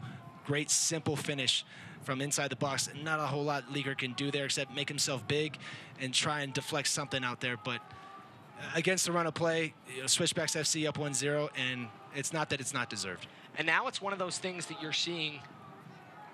Schweitzer sitting a little deeper in, Hamilton and Vercoloni keeping that starch line in front of the Monarchs midfield, and an opportunity to sit in a little bit further here for the Switchbacks FC. Well, that possession is going to go way up to the Monarchs. That is guaranteed. See if he waits for the left. Cashier to Adams. Adams takes one too many touches. He goes down. Blake goes sliding in. Opportunity and a counter here coming from the Switchbacks. Hamilton leading the charge. Out wide to Malcolm. Malcolm, he's inside the area. Takes a crack and probably wasn't the right opportunity as Hamilton was coming in from straight down the middle of the pipe. But he decides to go at it all on his own. Great counterattack there, really well done by Hamilton. He brings it out wide, and he's looking for that top back post, looking for maybe Leaker to get a little lower. Leaker does well, stands his ground, stands up high, and just watches that one easily go over his right post. But another great counterattack. Charlie Adams, can he pull that trigger a little bit more? That's when you wish that he would use his right foot sometimes. He has a good right foot, just needs to utilize it a little bit more. Hoffman. To Brody. Wide to Blake. Monarchs going to push pressure forward now that they're down a goal here at home. 66th minute. Henley. All knocked away by Robinson. And you know, we talk about the two posts, the two crossbars that were hit, but I mean, we also forget about Chandler's one-on-one on Paiute even before that. Chang, ball still inside of the box. Malcolm there to put it wide. Good job there by Hamilton to let it run, but he's unable to keep it in, and it'll be a throw-in quickly for the Monarchs. They're going to continue to push and apply pressure, see if they can find the equalizer. Velasquez, Hoffman running in front of him, cut off by the Switchbacks FC defense. Either Jack Blake or Charlie Adams is going to have to assume the role more of a 6 or an 8, or even it's going to look like 2 8s at the time, because the Switchbacks FC are going to just sit back, then get back into their blocks. When they go forward, they're going to try and possess it for as long as they can. It's going to be up to the pressure and the immediate pressure, especially when the ball turns over in transition from the Monarchs. How fast can they get around the ball and make these players uncomfortable to play out of their back and cause mistakes? Monarchs. Hoffman checks into the midfield. Wide to Cashier. Cashier still trying to go at it. Hoffman finding a lot more of those soft pockets here in the second half. Good ball out wide. Trying to get it back to Cashier. Adams just outside the 18. Looking for Hoffman. Or excuse me, Velasquez. He'll turn. Still with it. And high and wide. And it'll be a goal kick for Switchbacks FC.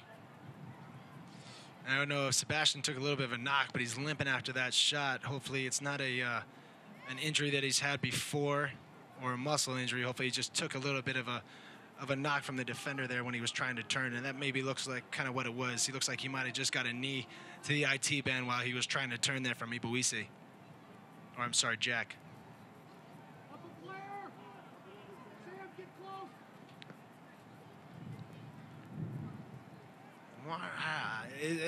I'm questioning the way they're building up right now.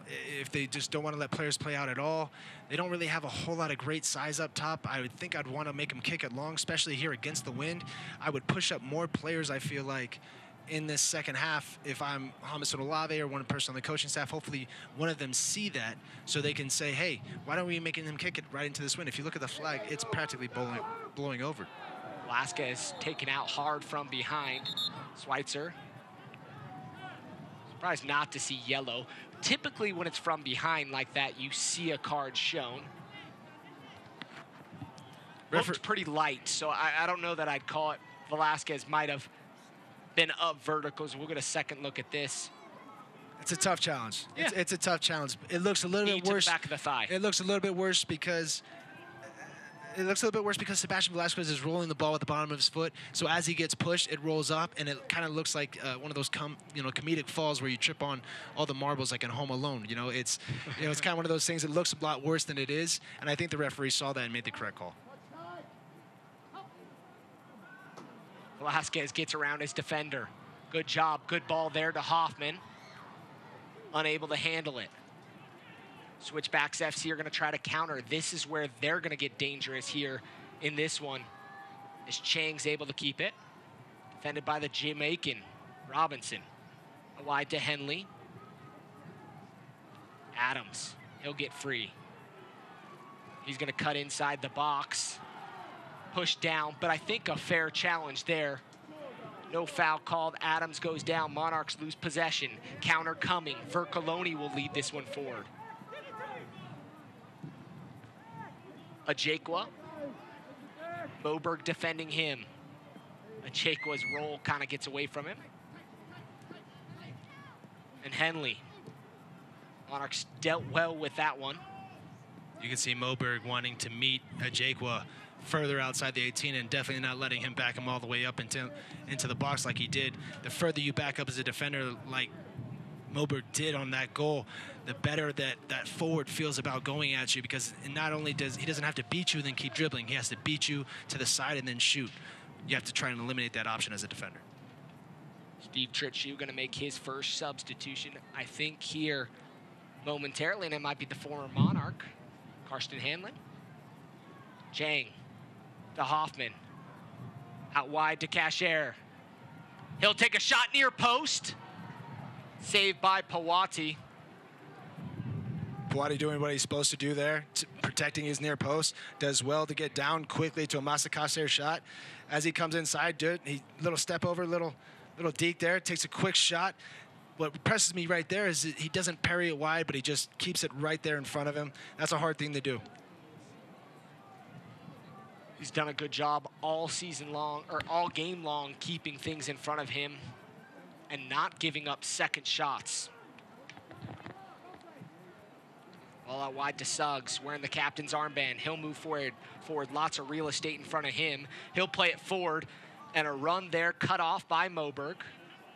Tuesday was a historic day for soccer in North America as the USL Soccer League unveiled a new brand identity and streamlined structure that will see the USL Championship, USL League One, and USL League Two become a prominent part of North American soccer landscape for 2019.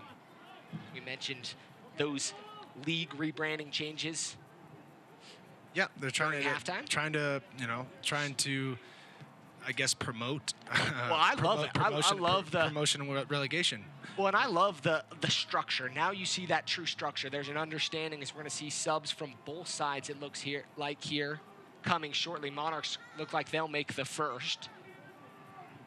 And Josh Hurd looks like he's going to be the first one off the bench for the Monarchs, he's had a little bit of struggle with little nagging injuries and a concussion that he had to deal with, and he's looking to get back. And Burt keeps it in. He'll play it inside the box, up over everybody's head. Blake's going to try to get there first. Good challenge there by Blake. He'll win the ball. Hoffman. There's that English tackle that you were talking about. Good there by Chang to keep off Vercoloni. Oh. Trying to find the switch, unable to do so. You could see he was looking for it, just couldn't turn his body as the Monarchs are still down 1-0 here in the 74th. Masta Kasher was wide open, making a run in behind. He's already passed his defender. He's already passed his defender Burt, and he was moving on to Ibuisi, and Ibuisi didn't know where he was, and they did just enough to put Chang off that final ball that he could have played, because if that one goes in, definitely Masta Kasher looks like he was in behind. If you want more information on the USL's evolution and the rebranding, visit uslsoccer.com to check that out. Carson Hanlon up with the fourth official, ready to check into this one. The former Monarch out of University of Denver, back home. An opportunity for him to come in. You wonder if it'll be a like for like and just swap out one of the midfielders, been doing dog work the entire time, or will he bring off one of his forwards and switch to a 4-4-2 formation, or maybe even add a defender in the back. They have been known to go to that 3-5-2 that when you're defending a lead could look a lot like a 5-3-2. You know, I wouldn't be surprised to see it a like for like substitution. Steve Churchu, pretty forward-thinking manager, but at this point you are sitting with a 1-0 lead here late in this one. It may be worthwhile trying to preserve this 1-0 lead and seeing if you can walk out of here with 3 points as the flag is up. Hoffman will find it, but Pawati still pushes it away. He's that 7-foot center that when you take a 3-point shot after the game, he's still blocking it. There's no point to it, but he's still blocking it. Nothing is going in this man's net tonight, whether it be in shooting practice, the game, or an offsides call. So it is going to be a like-for-like substitution as Vercoloni is going to see his night end. Vercoloni's done a great job. Not a person that really features for them very often, not always in the starting lineup, but he did an absolutely great job tonight, finding those soft pockets. He was that person that was getting into the box when the ball would go wide, did a lot of dirty work defending, got a lot of breakouts, and started a lot of counterattacks. He had a good night. A true veteran move there as he went over to Malcolm, made sure on the opposite side he gave Malcolm a handshake. Absolutely. So the Monarchs are going to try to make two offensive-minded substitutions coming here momentarily. Hurd and Hernandez up with the fourth official. Pawati's going to take the restart off the offside call. Chang is normally the person that plays a little bit more and doesn't get subbed off as much as Masta Kasher does. Let's see what he does on the outside, and then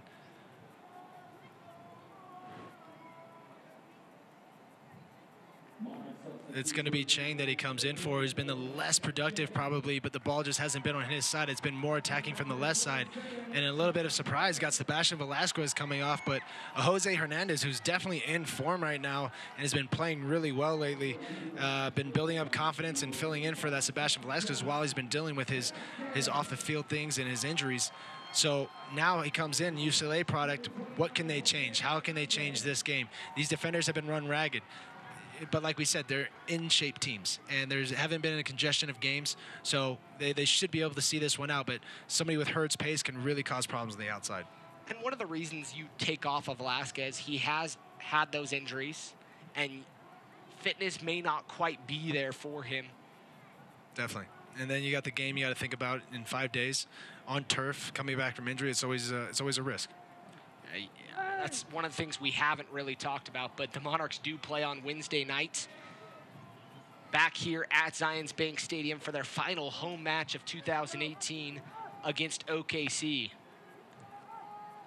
So a quick turnaround for the Monarchs, and maybe that substitution is to save the legs of the likes of one of your star midfielders. But also Hernandez, hopefully capable to come in and change the game. UCLA product. Hoffman tries to make the run around, almost gets lucky there. Ibuisi's size has really come an advantage, and he uses it well, but nothing better than those long legs as of right now. He kind of had a little bit of a great stop here in the corner on Sebastian Velasquez in the first half, and does really there. You know, he has the speed on Chandler a little bit, kind of messes up, but he's able to wrap that long leg around and able to poke it back to Puate. Couple matches go final in the USL tonight.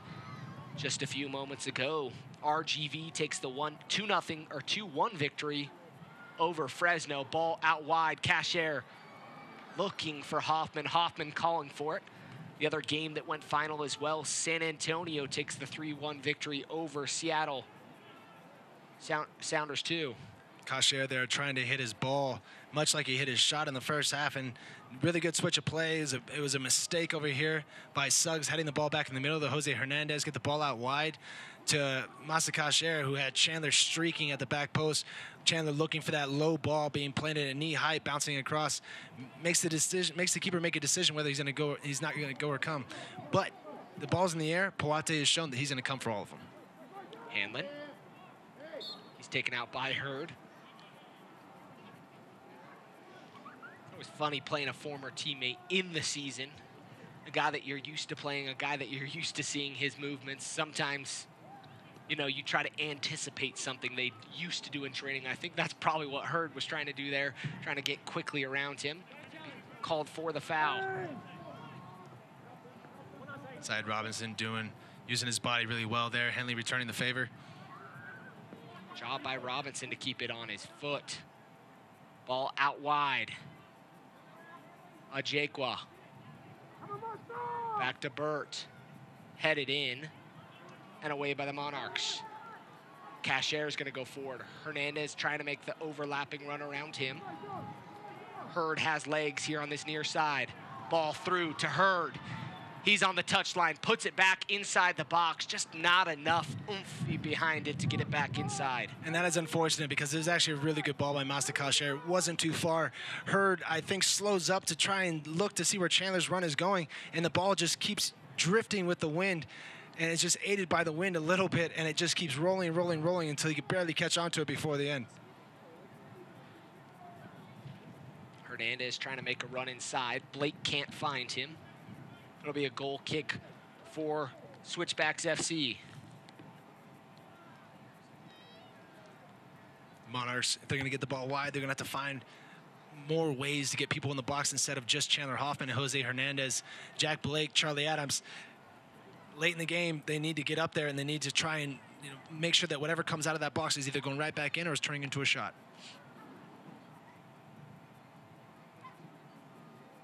How well do you know the USL? Test your knowledge in USLsoccer.com's weekly Pick'em competition every week against experts from around the USL. So you can test your skills at USLsoccer.com. I think you'd be really good at that. Not lately.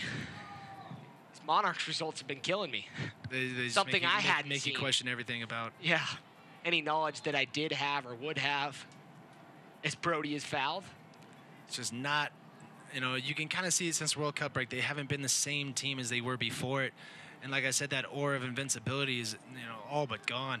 And now they're just trying to refine their form and, trying to create some rhythm and a little bit of momentum going into the playoffs. And it's not that this hasn't been a good display of soccer, but, if they come out losing again, it's still the same story. It doesn't matter how it unfolds.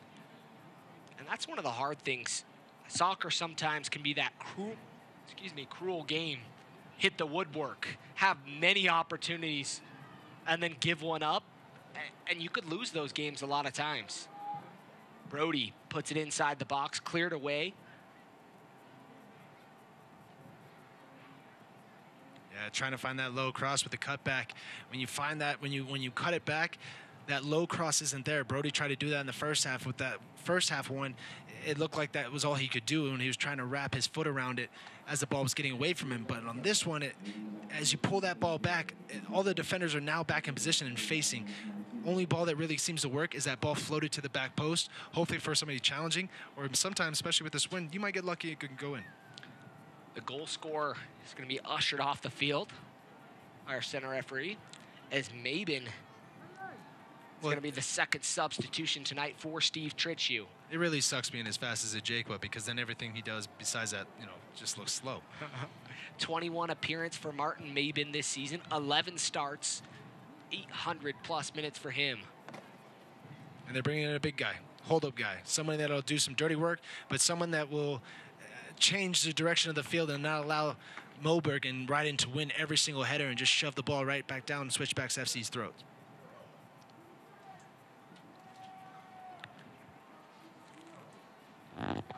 Ping-ponging around. Monarchs look like they're going to be making another substitution here in a few minutes. The popular one at this point in the game has always been a straight-up trade for Chandler Hoffman for Juan Mayer. Juan Mayer has always he's done well when he's come in, and he's taken he's taken his chances really well in the forms of goals and earning PKs and working really hard. Out wide, tries to cut it back in. It'll go out for a corner kick for the Monarchs. So let's see if they switch it up. This isn't going to be typical of someone like Jack Blake or Charlie Adams' character. They don't like swinging those balls in, kind of lofting them into that back post, which I think would work more in this situation just because of the wind. It's going to be a slightly different substitution than we may have expected as Juan Mare into the match for Master Cashier, who did everything right except for foul in the back of the net. That must be a 3-5-2 change right there. So maybe we'll see Moberg just maybe scoot up a little bit there for allowing Jack and Charlie to get forward. Ryden, everybody in the box, headed wide. It'll be another throw in for the Monarchs. Hurd's going to rush out to take that one. Getting late in this match, 85th minute of play, 5 and change for the Monarchs to see if they can find the equalizer. Henley. He'll clip it in, looking for Mare. Pawati does a good job to hold that one high and collect. Looked like the flag was going to come up on the near side. So there was an indication from the center referee to the EAR that he could put his flag down. Well, going forward, especially the way Pawati's playing, as a Monarchs, you're just kind of hoping, obviously, for any goal, but it's probably going to be a goal that is a deflection or something that is just completely unlucky that Pawati must have no control over, because everything he has control over tonight, he's taken care of. Hurd. Into Mare. Mabin. Good job to apply pressure. Mare gets around a defender. Inside to Hurd, just in front of him. And the Monarchs just don't seem to be quite on the same page across the board. As soon as he touches that past the defender, can he swing that ball in nice and low going across the 6 for Chandler Hoffman? That's the ball he's looking for. That's the ball that he scored so many goals on last year, and then he's done well with this year. Obviously, it's a big step down from what he did last year, but still 12 goals. You have to give your leading goal scorer a chance in front of goal. Announced attendance tonight at Zions Bank Stadium, 23,086. Good crowd on hand for a Saturday night. All the football being played.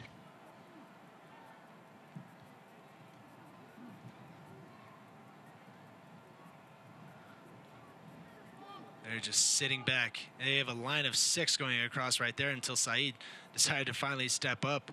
But 5 across the back, it's going to be very hard to break down. 87th minute. Brody looking into Hernandez. Back to Brody. Still running forward. Poked away by Suggs.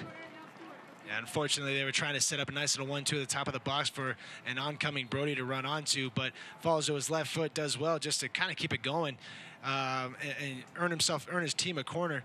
See what Charlie Adams can do with this, but now we have Taylor Hunter, another center back, going to be coming in to make this team even bigger. So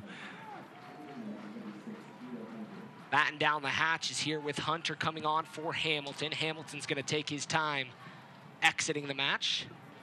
It'll be a corner kick coming from Adams here on the near side.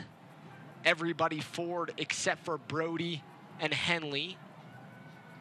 This game is far from over. The Monarchs have shown on a few occasions this year multi-goal late game victories. So if they can get something here the last 5 or 6 minutes of this match are going to be very exciting. Adams inside the box. Moberg was right there, but Puati did a good job to get it out. I couldn't tell if Moberg just missed it or if he was just a little bit late and it was higher than I think, but I thought that he was going to get a good little head on to that one. Henley goes down on the challenge of Robinson. So here, the 88th minute of play. Trees in the back, you got to keep it away. You got to keep it away from the goalkeeper, so you got to kind of flare it out towards maybe Kalen Ryland on the back post there and look for something underneath. Look for somebody kind of cutting back at the top of the box and come through. Jack Blake with a volley or a half volley. Jose Hernandez, same thing. Adams puts it back post. Ryden's there, but Puati there to collect, and he has been excellent tonight. Yeah. I'm not going to question anything Puati does. I thought that Kalen Ryden rose up very well there, and Puati just kind of calmly takes it down behind him, obviously saying that he wasn't going to be able to reach it. But from this point of view, it looked a lot more risky than we thought Puati might like. Checks up on Henley, but he's able to settle. Monarchs trying to snap the 6-game winless streak. They have to turn from a possession team that they are into a more direct team for this last 5 minutes. Brody. Hernandez making a run around him. Blake. He'll switch the field completely to Henley. Switchbacks FC doing a great job of just denying any kind of service in. Moberg rises up. Mabin was there as well. Ryden's touch gets away from him. He's able to recollect. No way. Wouldn't pick up the ball right now if I was Kalen Ryden. Just got a yellow. Anything that he does, don't slam it down. Just kind of walk away. You definitely don't want to let these guys end with 10. Love to see a second one on that. Yeah, it looked like a good challenge, a 50-50 ball. Malcolm, whether he got hit or not, I mean, he's gonna stay down. This is part of the game. This is a sportsmanship. Like we said, ball touch just gets away from Kalen Ryden, him not looking over his shoulder and checking what's there. And as he comes through, he catches some of it. Yeah, no, he comes over the ball. It looks like he was going for the ball, but his follow through definitely catches Malcolm on the ankle. That cannot feel good. Glad he's okay though. Doesn't need any medical assistance. 90th minute of play. Stoppage time will be announced here shortly. Free kick for Switchbacks FC. They're trying to ice this one off. Mabin. Moberg pushes it forward. Hernandez gets there. Only 2 minutes of stoppage time. You could have given a minute for what just happened. You could have. Yeah, I think that's very low. Opportunity for the Switchbacks, and that one's gonna put it away. Super sub. Karsten Hanlon comes in to be the big guy. Even, look at this. Even Paute wants to go celebrate with him because I think they know the game's in the bag now, or just to waste more time. But unbelievable play. Robinson does his thing that he's been doing the exact same thing all game, just absolutely tearing up that right side. Beats Moberg again as he comes back, and then it's just an easy tuck back. Kalen Ryden, because Moberg's already out, Kalen has to step to the pressure, and then it's up to the right back Henley to get across for him, but it happens so fast. This is kind of a forward's dream, and it just kind of leaves him out to dry. Takes a little thing at the little head knock at the end, but it's nothing for him to worry about. He's stoked about it. Switchbacks up 2-0. Mabin with his 4th goal on the season, and all but assure the 3 points head back to Colorado and the Switchbacks FC. Monarchs had a 7-2-1 record against Colorado coming into this season series against the Switchbacks FC, and they've done a great job. Beat him twice, scored 3 goals, gave up 0. Just more disappointment in the Monarchs locker room. Where are the wins going to come from? Where are the goals going to come from? Came so close today, played a very exciting brand of soccer. Josh Hurd doing a little UFC impersonation, showing his frustration, throwing Saeed Robinson to the ground. Got to give Saeed Robinson credit there for not getting up quickly. Many would have gotten up quickly and gone after it. That's a yellow card. But no yellow card shown as we're late in this one. And the Switchbacks FC have all but secured the 3 points. Ref checks his watch. Ball floats up in the air, unofficially through. And that's 90 minutes of soccer. And Colorado Switchbacks FC gonna walk home with the full 3 points, moving to 11-15-6 on the season. Monarchs gonna fall to 17-12-3, and now it's a 7-game winless streak for the Monarchs. It cannot be overstated how disappointing that this actually is, and it's a little alarming and concerning, especially going to the playoffs. Only got 2 games left, and they have absolutely no momentum. They're losing at home. They're not getting results on the road. They're getting absolutely thrashed on the road. First thing is, how do we stop the bleeding? How do we stop the goals? Who's going to step in? Who's going to get the goals? Who's going to help us get wins? Negative 11 goal differential for the Monarchs in the last 7 games. Or 6 games, excuse me, and that winless streak, like I mentioned, 2-7 games. Monarchs have to figure out what's going on. Can they right the ship?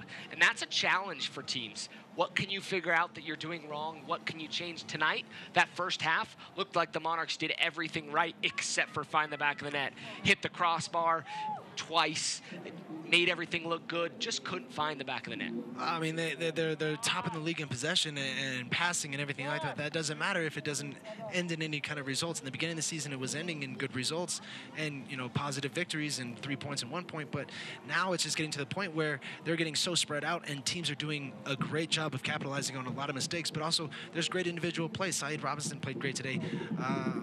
Jakwa did it unbelievable, had a great goal, and then Martin comes in there at the end, and he kind of just seals it off. And that was kind of the night that they had. It just nothing was going in. And Paute, just my man of the match for Colorado Switchbacks FC, he was on fire. Wati's really the reason the Switchbacks FC are going to walk away with 3 points. Kept this one level and gave his team an opportunity to score 2 in the second half to seal the 3 points.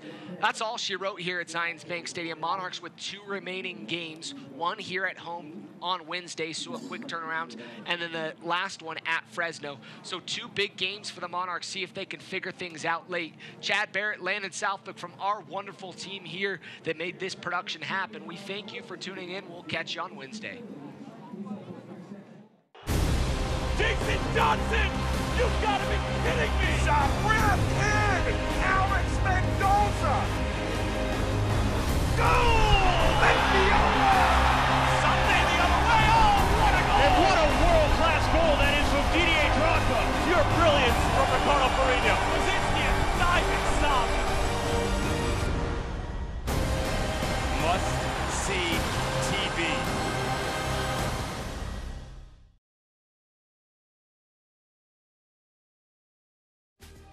This copyrighted telecast of the United Soccer League may not be retransmitted, rebroadcast, or reproduced without the express written consent of the United Soccer League.